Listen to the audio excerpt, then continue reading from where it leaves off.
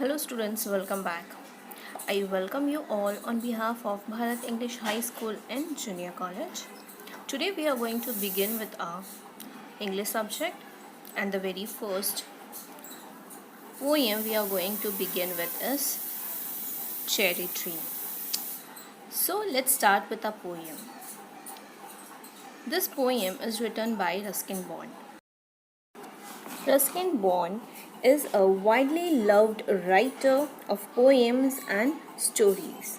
Let's have a look on introductory part of Ruskin Bond. He was born on May 19, 1934 at Kausali, Himachal Pradesh. He is an Indian author of British descent. He considered to be an icon among the Indian writers and children's author and the top novelist. Ruskin Bond wrote 500 novels, short stories, essays, and poetries. In the year 1999, he was awarded the Padma Shri Award. In the year 1992, he received Sahitya Academy Award for English Writing in India. His first novel, The Room on the Roof, returned when he was only 17, received the John Llewellyn Rhines Memorial Prize in the year 1957. At the very young age, he had returned this novel and had also received a prize. Now we will be proceeding further with our poem. Now I want you all to listen to the poem. Cherry Tree by Ruskin Bond. 8 years have passed since I placed my cherry seed in the grass. Must have a tree of my own, I said, and watered it once and went to bed and forgot. But cherries have a way of growing, though no one's caring very much or knowing. And suddenly that summer, near the end of May, I found a tree had come to stay. It was very small, a 5 months' child, lost in the tall grass running wild.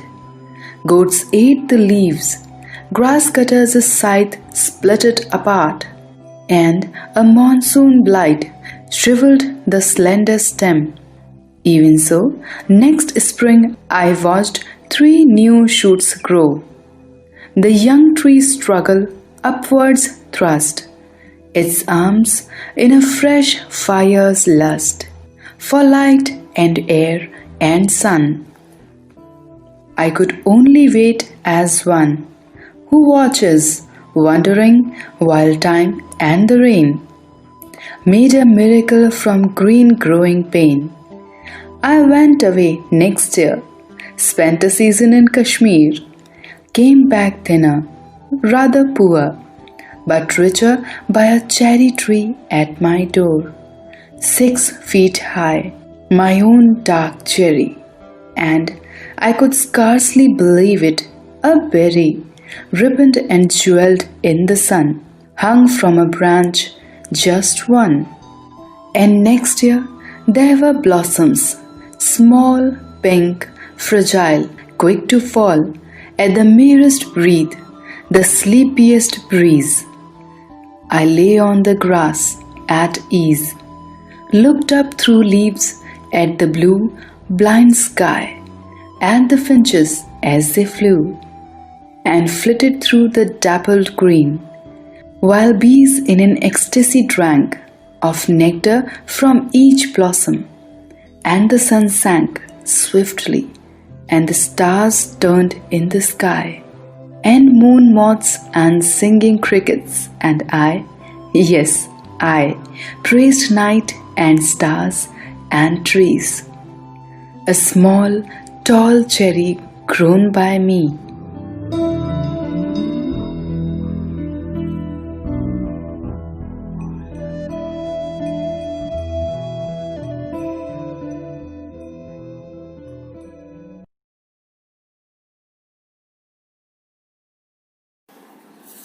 Each year have passed since I placed my cherry tree in the grass. Must have a tree of my own, I said, and watered it once and went to bed and forgot. The poet is recalling that 8 years ago he had placed a cherry seed in the grass and he wanted to have his own cherry tree. He had watered where he put the seed and had forgot about it.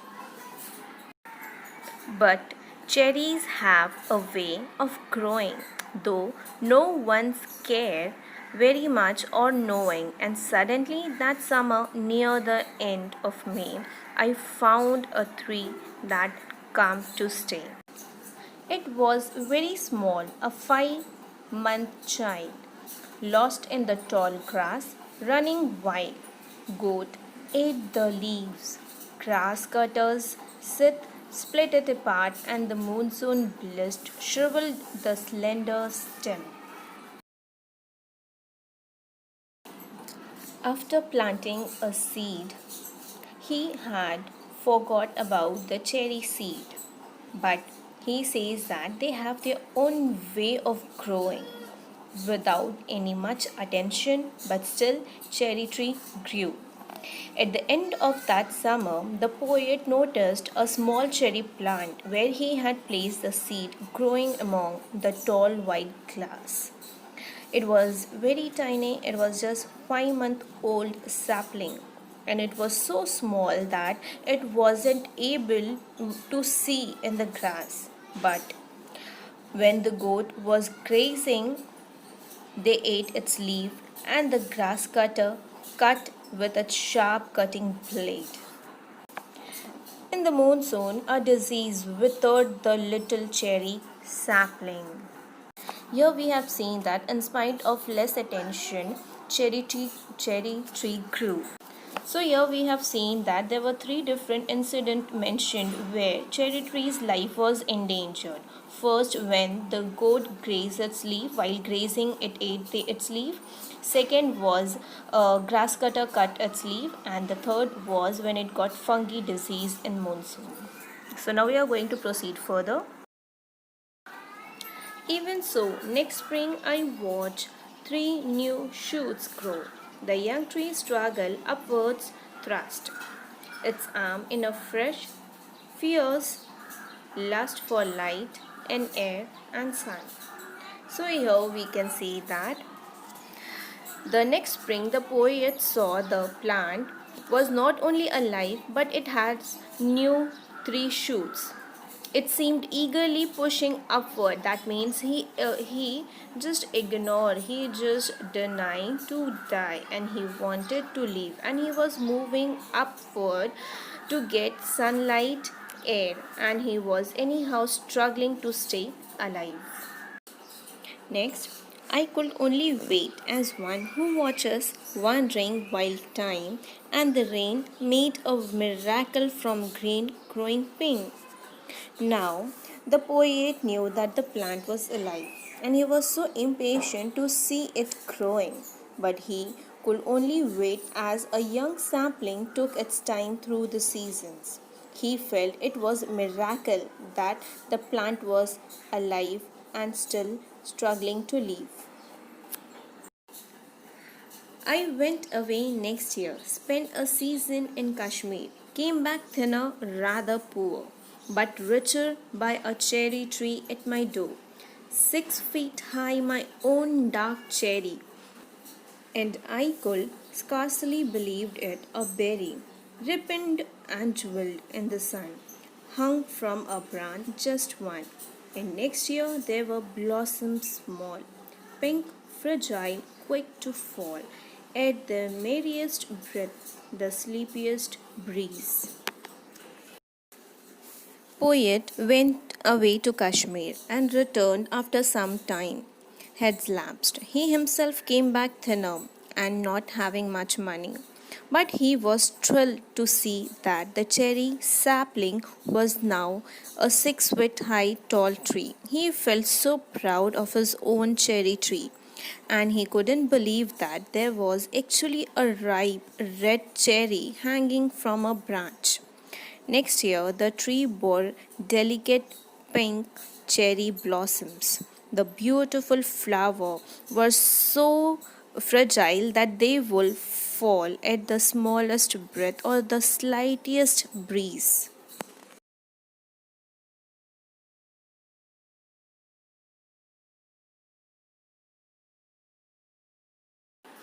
Next, I lay on the grass at ease, looking upward through the leaves at the blue, blind sky, at the finches as they flew, and flitted through the dappled green, while bees in an ecstasy drank of nectar from each bloom, and the sun sank swiftly, and the stars turned in the sky, and the moon moths and singing crickets, and I.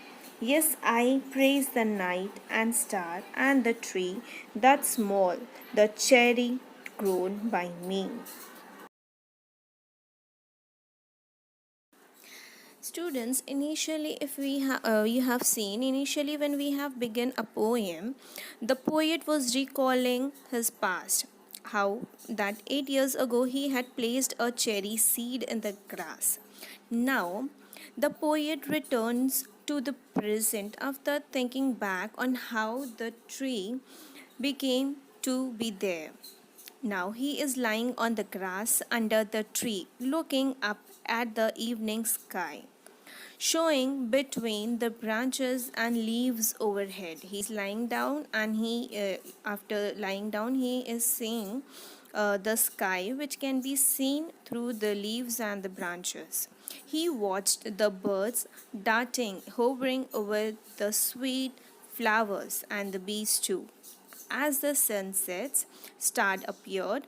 There was the noise of the cricket as if at its evening. So moods flew about, and his heart sank with joy, thinking of his cherry tree, planted so many years ago. Now, finally, he is very happy that he has planted his own cherry trees. Written by Ruskin Bond.